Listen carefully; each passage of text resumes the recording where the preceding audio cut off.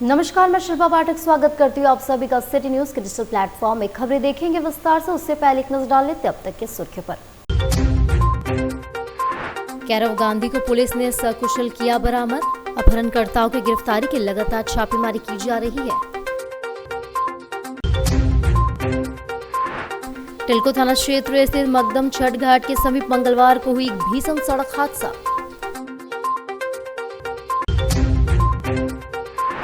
और बुधराम बस्ती में मंगलवार को एक 33 वर्षीय युवक की संदिग्ध स्थिति में मौत से इलाके में मची सनसनी। अब खबरें विस्तार से। शहर के चर्चित उद्यमी एवं ईर्ष्या उपाध्यक्ष देवांग गांधी के पुत्र युवा उद्यमी केरव गांधी को पुलिस ने करीब 14 दिनों के बाद सकुशल बरामद कर लिया। मंगलवार सुबह लगभग 4:30 बजे पुलिस टीम ने उन्हें सुरक्षित बरामद कर उनके परिजनों के पास पहुंचा दिया, जिसके बाद परिवार ने राहत की सांस ली। बताया जाता है कि कैरव गांधी 13 जनवरी को अचानक लापता हो गए थे। उनकी गुमशुदगी की खबर से शहर में सनसनी फैल गई थी। पुलिस सूत्रों के अनुसार मामले की जांच जारी है और बरामदगी से जुड़े तत्वों को सार्वजनिक करने से पहले उनकी पुष्टि की जा रही है। उल्लेखनीय है कि 2 दिन पूर्व डीजीपी तदाशा मिश्रा जमशेदपुर पहुंची थी और कैरव गांधी से जुड़े मामले की जानकारी ली थी। हालांकि जमशेदपुर पुलिस कप्तान ने इसे उस समय रूटीन वर्क बताया था। अब सभी की निगाहें कैरव गांधी की गुमशुदगी और बरामदगी से जुड़े पूरे घटनाक्रम तथा पुलिस के अधिकारी का खुलासे पर टिकी हुई है।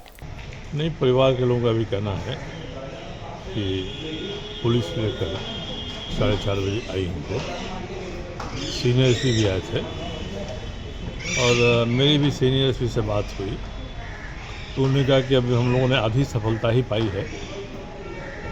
जो नौजवान अपहृत हुआ था उसको हमने बरामद किया है, मगर जिन लोगों ने अपहरण किया है उन तक भी हम पहुंच रहे हैं और उनको भी हम पकड़ लेंगे। ये पुलिस का आत्मविश्वास है। रिकवरी कहाँ से बता रहे हैं? ये रिकवरी कहीं हजारीबाग जिले से ही कहीं से हुई है। तो उन्होंने कहा हम लोग लगे हुए हैं, जल्दी वो पकड़ में वो भी आएंगे और परिवार में अपार खुशी का माहौल है। उनके रिश्तेदार, घर के पड़ोस के सब लोग इकट्ठे हैं और इनकी खुशी में हम लोग भी शामिल हैं। जमशेदपुर से विगत 13 जनवरी को अपहृत युवक कैरव गांधी को पुलिस ने सकुशल बरामद कर लिया। मामले की विस्तृत जानकारी देते हुए जिले के एसएसपी पीयूष पांडे ने बताया कि 13 जनवरी को बिष्टुपुर थाना क्षेत्र अंतर्गत 24 वर्षीय कैरव गांधी का अज्ञात अपराधियों द्वारा अपहरण कर लिया गया था। जांच के दौरान पुलिस को विश्वसनीय सूचना मिली थी कि लगातार दबिश के कारण अपहरणकर्ता कैरव को किसी अन्य स्थान पर शिफ्ट करने की योजना बना रहे। सूचना मिलते ही पुलिस ने त्वरित कार्रवाई करते संभावित मार्गों पर टीमों को तैनात कर दिया। बढ़ते पुलिस दबाव के चलते अपहरणकर्ताओं ने जीडी रोड पर चौपारण से बहरी खंड के बीच रास्ते में ही कैरव गांधी को छोड़ दिया, मौके से फरार हो गया। पुलिस ने तत्परता दिखाते हुए कैरव को सुरक्षित बरामद कर लिया और परिजनों के आग्रह से उन्हें सुरक्षित उनके आवास तक पहुंचाया। फिलहाल अपहरणकर्ताओं की गिरफ्तारी की लगातार छापेमारी की जा रही है। पुलिस का कहना है कि मामले में अनुसंधान जारी है और आगे की कार्रवाई की जानकारी समय समय पर दी जाएगी। कैरव गांधी जो कि सीएच एरिया बिष्टुपुर के रहने वाले हैं, उनका अपहरण कुछ अज्ञात अपहरणकर्ताओं द्वारा किया गया था और उसके बाद इस संबंध में बिष्टुपुर थाना कांड संख्या 5/26 दर्ज किया गया था। इस कांड में 2 चैलेंजेस जमशेदपुर पुलिस के सामने थे। एक तो अपहृत की सकुशल बरामदगी और अपहरणकर्ताओं की धरपकड़ के बाद गिरफ्तारी। इन दोनों ही पॉइंट्स पे लगातार काम किया जा रहा था। परिजनों को अपहरणकर्ताओं द्वारा कांटेक्ट करने की कोशिश भी की गई थी, जैसा कि एफआईआर में है, और इसमें रैंसम फ्रंट पर परिजनों से क्या नेगोशिएशन हुआ है उस बात की हम लोगों को आधिकारिक जानकारी नहीं है। वो परिजनों द्वारा हमको डिस्क्लोज नहीं किया गया है, लेकिन जहां तक इन्वेस्टिगेशन आया है कि उस फ्रंट पर कोई भी डेवलपमेंट नहीं हुआ था। इस बीच हम लोगों को समय मिल गया था ये काम करने का कि हम कैरव की लोकेशन पता कर पाए या अपहरणकर्ताओं का पता लग पाए। इस मामले में DGP madam, zonal ADG sir की भी लगातार ब्रीफिंग और मॉनिटरिंग की जा रही थी। रेंज डीआईजी सर का भी इसमें मॉनिटरिंग की जा रही थी और इसमें स्पष्ट निर्देश थे कि हम लोग की सर्वोच्च प्राथमिकता होनी चाहिए कैरव की सकुशल बरामदगी। तो उसके लिए लगातार हमारी जो टीम्स थी, इसमें जो हम लोगों का टेक्निकल सर्वेलेंस था, जो भी हमारा इंटेलिजेंस गैदरिंग थी, जो भी इन्वेस्टिगेशन इसमें हम लोगों ने किया था, डिफरेंट गैंग्स पर भी हम लोगों ने काम किया था, लोकल इनपुट जनरेट किया था, दूसरे राज्यों के गैंग्स के बारे में भी जो जानकारियां एकत्रित की थी, उसके आधार पे जब हम लोगों ने इसमें जीरो इन किया तो कुछ छापामारी हम लोगों ने इसमें किया। ये अभी गैंग अभी अपहरणकर्ताओं की आइडेंटिफिकेशन फ्रंट पे ही काम चल रहा है। गैंग कौन सा एग्जैक्टली एक बार जब कुछ गिरफ्तारियां हो जाएंगी तो हम लोग बता पाएंगे। अभी ये नहीं बता पाएंगे exactly at this point of moment किस राज्य के हैं, हम लोग ये नहीं बता पाएंगे। हुआ है जितने भी हमारे नेबरिंग स्टेट्स हैं, उड़ीसा से लेके बंगाल, झारखंड, बिहार, हर जगह हम लोग रेड्स कर रहे थे और उसका काफी दबाव था। याद गया था, वो रैंसम के लिए कांटेक्ट किया गया था, बट देन क्या अमाउंट था, उस पर क्या डेवलपमेंट हुआ, फैमिली ने भी उस पर खास कोई रिस्पॉन्ड नहीं किया था। सोनारी थाना क्षेत्र से बुद्धराम बस्ती में मंगलवार को एक 33 वर्षीय युवक की संदिग्ध परिस्थितियों मौत से इलाके में सनसनी फैल गई। मृतक की पहचान आकाश के रूप में हुई है। जानकारी के अनुसार युवक का शव उसके कमरे से बरामद किया गया। घटना की सूचना मिलते ही पुलिस मौके पर पहुंची और शव को कब्जे में लेकर पोस्टमार्टम के लिए भेज दिया है। पुलिस ने मामले की जांच शुरू कर दी है। परिजनों ने युवक की पत्नी पर आत्महत्या के लिए प्रेरित करने की आशंका जताई है। परिजनों का अनुसार आकाश ने करीब 5 वर्ष पूर्व प्रेम विवाह किया था और वह परिवार से अलग रह रहा था। बताया जा रहा है कि 2 दिन पूर्व उसकी पत्नी उसे छोड़कर चली गई थी। इसके बाद से वह अकेला रह रहा था।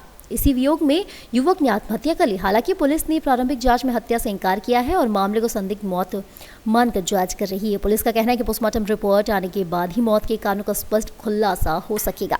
घटना के बाद परिजनों का रो रो कर बुरा हाल है। इधर पुलिस मृतक की पत्नी की तलाश में जुट गई है और आसपास के लोगों से पूछताछ की जा रही है। बोले कि एक है सो डेड बॉडी है जो कि अपने से रूम में है, सो आने पर पता चला कि रूम में ही वो सोए हुए थे। हमारे नहीं खाना के लेकर माँ आए तो हमारे नहीं खोल रहा था तो मकान मालिक को बुला के वो घर को खोले तो देखे तो वो नहीं। वो क्या अकेले रहता था क्या? हाँ, अकेले रहते थे। क्या लगता है आपको, प्रथम दृष्टया क्या लगता है? उसी पर कोई शक तो नहीं है, ऐसा नहीं कोई संदिग्ध मौत है, संदिग्ध मौत बता। उसके परिवार वाले क्या बता रहे हैं? परिवार वाले बोले कि नहीं, अपने ही अकेले सोता हुआ था और किसी तरह का कोई औसार नहीं है। उसका नाम क्या था? आकाश। क्या करता था काम? सफाई का काम करता था। और इधर आपको बता दें, ऑल ओवर इंडिया में 5 डेज डिमांड को लेकर बैंक कर्मी हड़ताल पर चले गए हैं, जहां अभी तक 1 दिन का सांकेतिक हड़ताल किया गया। 5 डेज डिमांड को पूर्ण करने को लेकर की गई हड़ताल। कहा गया कि सरकार अगर उनकी मांगे पूरी नहीं करती तो आगे भी हड़ताल जारी रहेगा। ऑल ओवर इंडिया में बैंक एम्प्लॉय के ये मांग है हमारी 5 दिन बैंकिंग का, और उसी को लेके आज 1 दिवसीय हड़ताल की है हम लोग। इसके बाद सारे बैंक यूनियन वारंट ये निर्णय लिया गया अनिश्चितकालीन हड़ताल में हम लोग जाएंगे। और 5 दिन बैंकिंग के हमारी जैसे आरबीआई में है, सारी जगहों पे है, एलआईसी पे है, तो हम चाहते हैं कि हमारे बैंकिंग सेक्टर में, पब्लिक सेक्टर बैंक में 5 दिन बैंकिंग हो। अगर आपकी मांगे पूरी नहीं होती है तो आगे क्या कीजिएगा? हमारी मांग अगर पूरी नहीं होगी तो हम 3 दिन स्ट्राइक पे जाएंगे, और उसके बाद भी अगर पूरी नहीं होती तो अनिश्चितकालीन स्ट्राइक पे जाएंगे। ये हमारी 5 दिन बैंकिंग के लिए हड़ताल है जो हम लोग यूनाइटेड फोरम के अंतर्गत कर रहे हैं, और ये आज हमारी 1 दिन की हड़ताल है। अगर सरकार हमारी ये मांगे नहीं सुनती है तो फिर हम आगे की रणनीति करेंगे और 1 दिन से ज़्यादा की हड़ताल करेंगे। क्या नाम हुआ आपका? सत्येंद्र सिंह। आजाद नगर पुलिस ने गुप्त सूचना के आधार पर रोड नंबर 14 से आरिफ अंसारी नामक शातिर अपराधी को गिरफ्तार कर लिया है। जांच के क्रम में उसके कमर से एक पिस्तौल समेत धारदार चाकू को बरामद किया गया। मामले के संबंध में जानकारी देते हुए पटमदार डीएसपी बच्चन देव कुजूर ने बताया, उसमें ये सूचना प्राप्त हुई थी कि रोड नंबर 1 आजाद नगर में एक व्यक्ति अवैध हथियार लेकर के घूम रहा है, और उस सूचना का सत्यापन और आवश्यक कार्रवाई करने के लिए एक टीम का गठन किया गया, जिसमें थाना प्रभारी आजाद नगर चंदन कुमार और अन्य पदाधिकारी जैसे मनीष और अन्य पदाधिकारी को शामिल किया गया। और इस शाम में लगभग 22 बजे के बाद हम लोग कार्रवाई किए। तो कार्रवाई के क्रम में एक व्यक्ति को जो रोड नंबर 14 में घूम रहा था उसको पकड़ने का प्रयास किया गया। पुलिस को देखकर वो भागने लगा, उसको पीछा करके उसको टीम के द्वारा पकड़ा गया। पकड़ने के बाद उसके जब सर्च किया गया तो उसके कमर में एक देशी पिस्टल जो 9 mm का है ना, 7.6 mm का है, वो बरामद किया गया, और एक चाकू उसके पास से बरामद किया गया। जमशेदपुर के चिल्को थाना क्षेत्र स्थित मकदम छठ घाट के समीप मंगलवार को एक भीषण सड़क हादसा हुआ। तेज रफ्तार और अनियंत्रित ट्रक तथा ऑटो के बीच हुई सीधी टक्कर में ऑटो सवार 3 लोग गंभीर रूप से घायल हो गए। हादसे के बाद मौके पर अफरा तफरी मच गई और स्थानीय लोगों की भीड़ जुट गई। स्थानीय निवासी ने बताया कि ट्रक अचानक संतुलन खो बैठा और सामने से आ रहे ऑटो को जोरदार टक्कर मार दी। टक्कर इतनी जबरदस्त थी कि ऑटो बुरी तरह से क्षतिग्रस्त हो गया। उसमें सवार 3 यात्री अंदर ही फंस गए। स्थानीय लोगों की मदद से घायलों को बाहर निकाला गया। तुरंत इलाज के लिए सदर अस्पताल भेजा गया। रोहन सरदार, महावीर कृष्ण कुमार, राजेश कुमार और राजेश गणेश शाह, यह सभी बर्मा माइंस के रहने वाले। अस्पताल सूत्रों के अनुसार तीनों की हालत गंभीर बनी हुई है।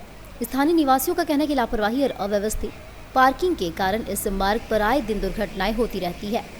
भैया बताइएगा क्या कुछ मामला भी हुआ, कहाँ पे हुआ है? अभी आप यहाँ पर जहाँ खड़े हैं प्रेम नगर मकदम छठ घाट के ठीक सामने हम लोग खड़े हैं। हम लोग अभी विधायक जी का दौरा चल रहा था, क्षेत्र में विकास को लेकर के बहुत सारी जनसंख्या को लेकर के हम लोग बात कर रहे थे। अभी अचानक जब हम लोग घर की तरफ प्रस्थान करके फोन आया कि यहाँ पे एक बड़ा दुर्घटना हो गया है और एक टेम्पू में जो डीजे का सामान लेकर के 3 आदमी उसमें मौजूद थे और वहाँ से जा रहे थे।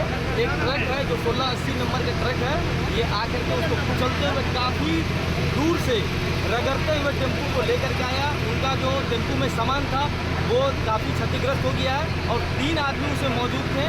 तीनों को गंभीर चोट आया है, बहुत ज़्यादा गंभीर चोट आया है। आपको बता देना चाहते हैं आपका मीडिया के माध्यम से कि ये प्रेम नगर लक्ष्मी नगर ये मेन सड़क है, ये पब्लिक का जाने आने के लिए सड़क है। और इधर आपको बता दें जमशेदपुर के न्यू रानी कूदर में लगा 3 सालों से कचरों का अंबार। लोग हुए परेशान, जहां बीमारियां दे रही है दस्तक। लोगों को डर सता रहा है कि कहीं कचरों के चलते बीमारी फैलने का खतरा उभर जा रहा है। जगह जगह गंदगी की वजह से लोगों का जीना मुहाल हो चुका है। स्थानीय लोगों ने बताया कि यह पूरी जानकारी विस्तार से। अब देखना यह है कि कब तक गंदगी की समस्या से लोगों को निजात मिलती है। ये इलीगल वो बना हुआ, उसका पीछे नाली देखिए कभी साफ नहीं होता है, समझा ना। कुछ नहीं करती है, कुछ नहीं करती है, कुछ भी नहीं। आवाजाही में कोई तो लगना चाहिए। देखिए यहाँ पर रहना मुश्किल है। ये रानी कुदर है आपका नियर कदमा थाना, और ये रानी कुदर का गली है जो अंडर टाटा स्टील जिसको लीज में आता है। बढ़िया कचरा टप्पा का भी ठिकाना नहीं है और कचरा डस्ट तो यहाँ देख सकता है कितना ज़्यादा है, बहुत ज़्यादा पॉल्यूशन एरिया पॉल्यूशन गली है। बट हम लोग को कोशिश होना चाहिए कि सब हटना चाहिए। देखिए आप देख सकते हैं इतना ज़्यादा डस्ट है, इतना कचरा। ये न्यू रानी कुदर है, न्यू रानी कुदर में ये पूरा एकदम ऐसा गंदा है, देख लीजिए पूरा यहाँ से वहाँ तक फोटो ले लीजिए आप। कि रास्ता है ना भाई, रास्ता को तो कम से कम साफ सुथरा रहना चाहिए। रास्ता साफ सुथरा नहीं है। देखिए डस्टबिन नहीं है यहाँ पर, ये डस्टबिन होना चाहिए। तो कचरा एक जगह रहे, पूरा फैल जाता है। जमशेदपुर में दूसरी बार 21 फरवरी को नाइट रन का आयोजन किया जा रहा है, जिसकी पूरी जानकारी आज प्रेस वार्ता आयोजन कर दी गई। बताया गया कि नाइट रन की शुरुआत मोदी पार्क से होगी और पुनः समाप्ति मोदी पार्क में होगी। प्रतिभागियों की संख्या अधिक होने की उम्मीद जताई जा रही है। युवा वर्ग को इस आयोजन में ज़्यादा से ज़्यादा भाग लेने की अपील की गई। आयोजकों ने इस पहल को लोगों में स्वास्थ्य और फिटनेस के प्रति जागरूकता बढ़ाने की दिशा में एक सकारात्मक बताया। करा रहे हम लोगों ने पहले भी करवाया था नाइट रन, और ये कॉन्सेप्ट एक्चुअली सुशांत सर ही लाए थे यहाँ पर, जो कि यहाँ पर नहीं होता था। हमेशा हम लोग मॉर्निंग वाला रन हमेशा करते थे, बट नाइट रन बोल के ऐसा कुछ नहीं होता था। बट हमें लगा कि शायद लोगों को ना हमेशा एक ही चीज़ करते करते लोग ऊब जाते हैं, यूज टू हो जाते हैं। फिर लोग सोचते हैं कि नहीं सुबह सुबह उठ के कौन जाएगा कौन करेगा। और जनरली ये हम लोग करवाते हैं सैटरडे और संडे में, तो लोग सोचते हैं वो तो हमारा वीक ऑफ है, उस दिन कौन जाएगा। तो हम लोगों ने सोचा कि नहीं, हम लोग इसे मॉर्निंग में नहीं करा के हम लोग इसे नाइट रन करवाते हैं। जो हमारा फर्स्ट एडिशन था जमशेदपुर नाइट रन का, तो प्रशासन का बहुत बड़ा सहयोग था। हर गोल पोस्ट, हर चौकी में जो है पुलिस प्रशासन तैनात थे और सेफ्टी का कोई इशू नहीं हुआ, क्योंकि हम लोग लास्ट टाइम जो है 11 बजे इवेंट किए थे। तो उस टाइम जो है जो गाड़ी के जो हैवी व्हीकल्स है, और हम मैनी ड्राइव नहीं ले रहे, हम सिटी के अंदर ही रन कर रहे हैं, क्योंकि अभी जो है ना बच्चे के साथ पेरेंट्स का भी फिटनेस है, उसके लिए कोई है। और हम जिस रूट से जा रहे हैं, और प्रशासन का भी जो है फर्स्ट हम लोग जो नाइट रन कर रहे थे बहुत अच्छा सहयोग किया था उन्होंने, मतलब हर जगह पे उन लोग तैनात थे। तो इस बार भी आशा करेंगे प्रशासन से जो उन लोग हमें इस इवेंट में सहयोग। कितना तारीख को और आपका शुभ नाम? ये 21 फरवरी 2026। जेएनएससी में कार्यरत सफाई कर्मियों ने न्यूनतम वेतन एवं ईएसआई की सुविधा मुहैया कराए जाने की मांग को लेकर झारखंड असंगठित मजदूर यूनियन के प्रतिनिधिमंडल ने जेएनएससी के विशेष पदाधिकारी का ज्ञापन सौंप किया।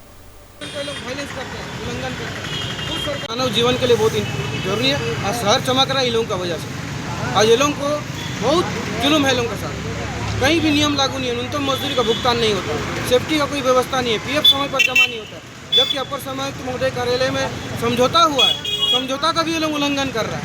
ये लोग सब समझौता में थे, त्रिपक्षीय समझौता। आज कितने सफाई कर्मी आए हैं और क्या मांगे? आज कम से कम 50 की संख्या में सफाई कर्मचारी हैं। कुछ सफाई कर्मचारी बीमार है, वो आ रहे रास्ते में, दूर दराज में रहते हैं। मांग ये है कि नियमों को लागू किया जाए, न्यूनतम मजदूरी भुगतान किया जाए, अपर सामयिक कल्याण प्रमंडल के समक्ष जो त्रिपक्षीय वार्ता हुआ उसको लागू किया जाए। अगर मांगे नहीं पूरी हो तो क्या? अगर 1 महीना के अंदर मांगी नहीं पूरी होगी तो हम लोग यहाँ बैठेंगे डीसी कार्यालय के समक्ष अनिश्चितकालीन धरना में। और अब वक्त छोटे से ब्रेक का। ब्रेक के बाद फिर मिलेंगे आपसे अनेक खबरों को लेकर।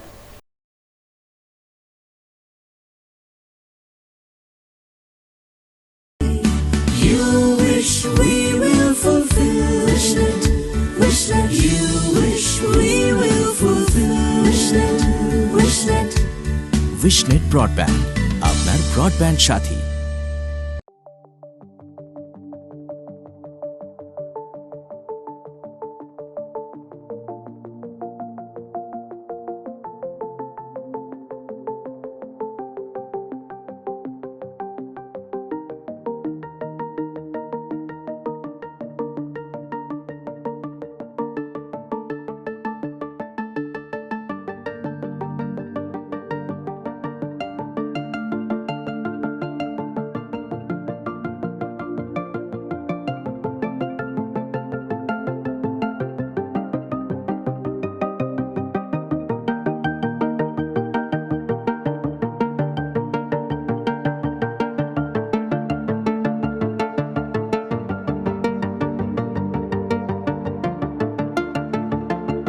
अधिक जानकारी के लिए संपर्क करें अंतर्राष्ट्रीय मान्यता प्राप्त Rabia technical institute and placements council approved by government of India और देखें हमारा वेबसाइट www.rabiainstitute.in।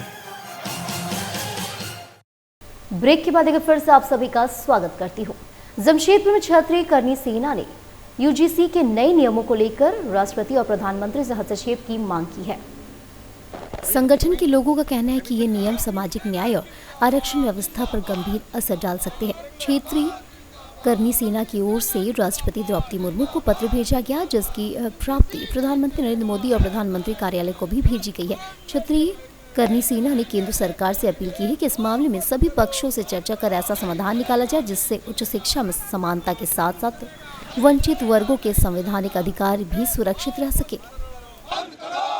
आप सवर्णों को नहीं छांटते, जैसे आपने SC ST के साथ OBC को जोड़ा, उसी तरह से फॉरवर्ड कास्ट को भी जोड़ते। सारे लोग एकजुट होकर के किसी भी तरह के अन्याय का प्रतिकार कर पाते उस नियम अधिनियम के तहत।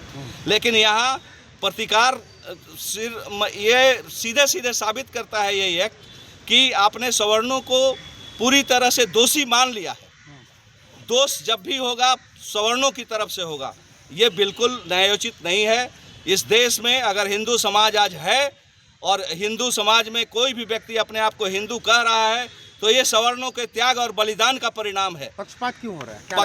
पक्षपात होने का सबसे बड़ा कारण है सवर्णों की संख्या को आज संख्या बल पर जो सरकारें बढ़ रही हैं तो लोगों को ये लग रहा है कि सवर्ण संख्या में भले कम हो सकते हैं, लेकिन हमेशा से आज नहीं युगों युगों से इस देश को नेतृत्व दिया है सवर्ण वर्ग ने, और उस सवर्ण वर्ग को कम आंकने की गलती अगर सरकार करती है तो सरकार अपने भविष्य के विषय में सोचे, सवर्णों के विषय में सोचने की। और इधर आपको बता दें, राज्य निर्वाचन आयोग ने नगर पालिका निर्वाचन 2026 का विस्तृत चुनाव कार्यक्रम जारी कर दिया है। जारी कार्यक्रम के अनुसार चुनावी प्रक्रिया 28 जनवरी 2026 से प्रारंभ होगी।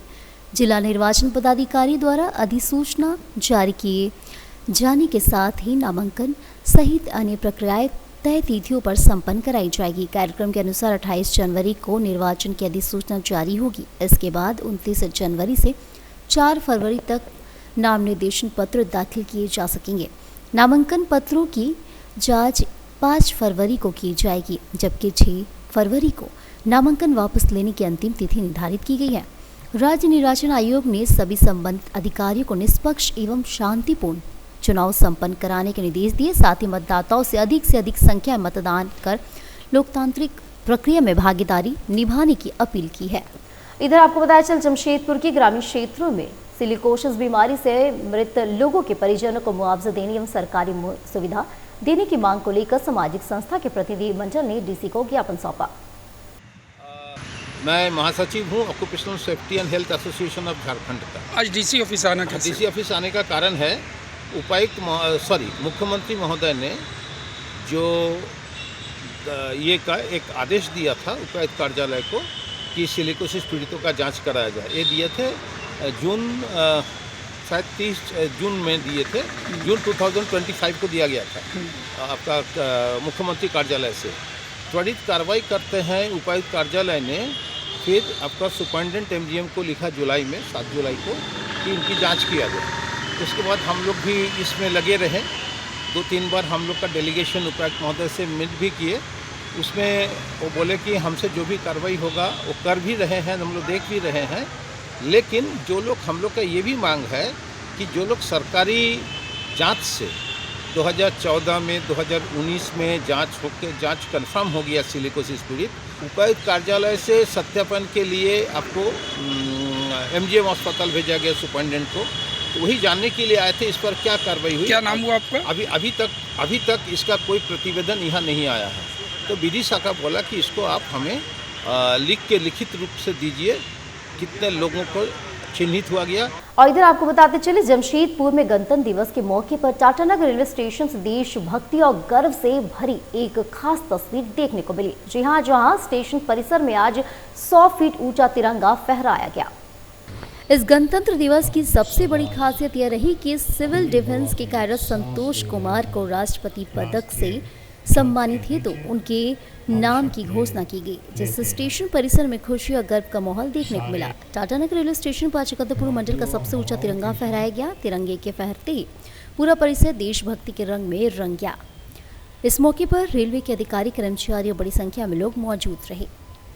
कितने साल से आप सिविल डिफेंस में हैं? धन्यवाद अनूप जी, आपको जानकर प्रसन्नता होगी कि झारखंड से मैं 77वें गणतंत्र दिवस के अवसर पे अधिसूचना जारी की गई है कि मैं राष्ट्रपति पदक से सम्मानित हुआ हूं। और यहाँ तक का सफ़र जो है हमारा वो 27 साल का सफ़र रहा है। इस सफ़र के दौरान मैंने अपने कार्यों से रेलवे के ही नहीं बल्कि जिला प्रशासन के भी विभिन्न कार्यों में योगदान देते हुए मैं आज राष्ट्रपति अवार्ड लेने तक पहुँचा हूँ। और इधर आपको बता दें, सरायकल नगर पंचायत में पूर्व उपाध्यक्ष मनोज चौधरी ने उपायुक्त और अनुमंडल पदाधिकारी को छाव की झांकी को लेकर बिरसा मुंडा स्टेडियम में शामिल करने के लिए धन्यवाद दिया। प्रशासन का, उपायुक्त महोदय और अनुमंडल पदाधिकारी को मैं धन्यवाद देता हूं कि हम लोग को आग्रह को उन्होंने समझा और स्वीकारा। और काफ़ी लंबे अरसे बाद यहाँ पर जो 26 जनवरी की परेड थी, सरायकेला जिला का मुख्य कार्यक्रम स्थल है, और इसमें जब भी अन्य झांकियाँ निकलती थी हमारे मन को कचोटता था कि सरायकेला की धरती है और सरायकेला का छऊ की झांकी नहीं है, तो हम लोग को बहुत ख़राब लगता था। और इसके लिए हम बराबर प्रयासरत रहते थे। लेकिन इस बार उपायुक्त और अनुमंडल पदाधिकारी ने इस चीज़ को समझा और बराबर मदद भी कर रहे हैं, छऊ आगे बढ़ भी रहा है। तो इस बार जो झांकी थी हम लोगों ने एकदम बहुत कम समय में 3-4 दिनों में सारी तैयारी, मानभूम छऊ को बुलाना, सरायकेला छऊ के इतना कलाकार 200 लोग को जुटा कर, और कोई साधन नहीं था, सब छऊ कलाकार ने समर्पित होकर अपने चंदा करके और अपने प्रयासों से उन्होंने आज जो झांकी का प्रदर्शन किया, पूरे मने सरायकेला की जितनी भी जनता थी, प्रशासनिक पदाधिकारी थे, मीडिया के लोग, सभी लोग उस आज प्रदर्शन को सराहे। और वहीं आपको बता दें, हुल्लुंग झुमका कुली स्थित श्री श्री सार्वजनिक शिव मंदिर पूजा एवं दशहरा मेला समिति द्वारा टूसू मेला का भव्य आयोजन किया गया। मेरा नाम पोलेंद्र मुंडा, इस कमेटी का कोषाध्यक्ष हूँ। और ये हमारा टूसू मेला जो आज देख रहे हैं, ये बहुत पुराना मेला है, 1960 से होते हुए आ रहा है। किस जगह है ये? हुल्लुंग झुमका टोला भुनी दहो में होता था पहले, नदी किनारे। अभी उधर जगह नहीं रहने के कारण इधर मैदान में किया जा रहा है। और ये मेला बहुत पुराना मेला है और हर साल होते हुए आ रहा है। ये 3 दिन का यहाँ प्रोग्राम रहता है। कहाँ से प्रतिमा आता है? ये बहुत दूर दूर से, गालूडी से आता है, जादूगढ़ा से आता है, पटमदा से आता है, बड़ाम से आता है, बहुत दूर दूर से टूसू प्रतिमाएं लाए जाते हैं यहाँ। क्या प्राइस दिया जाता है? यहाँ प्रथम पुरस्कार 15,000 रुपया दिया जाता है। प्रथम पुरस्कार 15,000, फिर 10,000, फिर 7,000, 5,000, ऐसे करके सबको 57 पुरस्कार भी दिया जाता है। पूरे झारखंड वासियों को, देशवासियों को इस। और इधर आपको बता दें, चाकुलिया डाक बंगला परिसर में आयोजित सुभाष मेला गूंज के तहत सांस्कृतिक कार्यक्रमों का भव्य आयोजन किया गया। देखिए, गूंज महोत्सव नेताजी सुभाष मेला ये 21वां साल चल रहा है। 21 साल पहले एक सोच के साथ, एक बड़ा चिंतन के साथ हम लोग इस महोत्सव का शुरुआत किए थे, क्योंकि हम लोग उस समय देखे कि स्वतंत्रता सेनानी अपना प्राणों का बलिदान देके देश को आज़ाद किया है, लेकिन आज उसका नाम गुमनाम हो रहा, लोग उनको भूलने लगा है। हम लोग को लगा कि ऐसी परिस्थिति में उनको याद करना चाहिए। और ग्रामीण क्षेत्रों में प्रतिभा का भंडार है। हम लोग गांव में घूमते थे तो कहीं देखते थे कि कोई पूजा का बॉक्स बजता है तो बच्चा लोग नाचने लगता था। और अब चलते चलते एक नजर डाल लेते अब तक की सुर्खियों पर। कैरव गांधी को पुलिस ने सकुशल किया बरामद। अपहरणकर्ताओं की गिरफ्तारी की लगातार छापेमारी की जा रही है। टिल्को थाना क्षेत्र स्थित मकदम छठ घाट के समीप मंगलवार को हुई भीषण सड़क हादसा।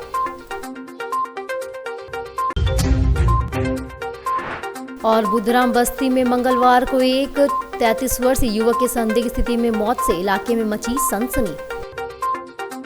तो आज के बुलेटिन में बस इतना ही। कल फिर मिलेंगे और खबरों को लेकर। तब तक के लिए नमस्कार।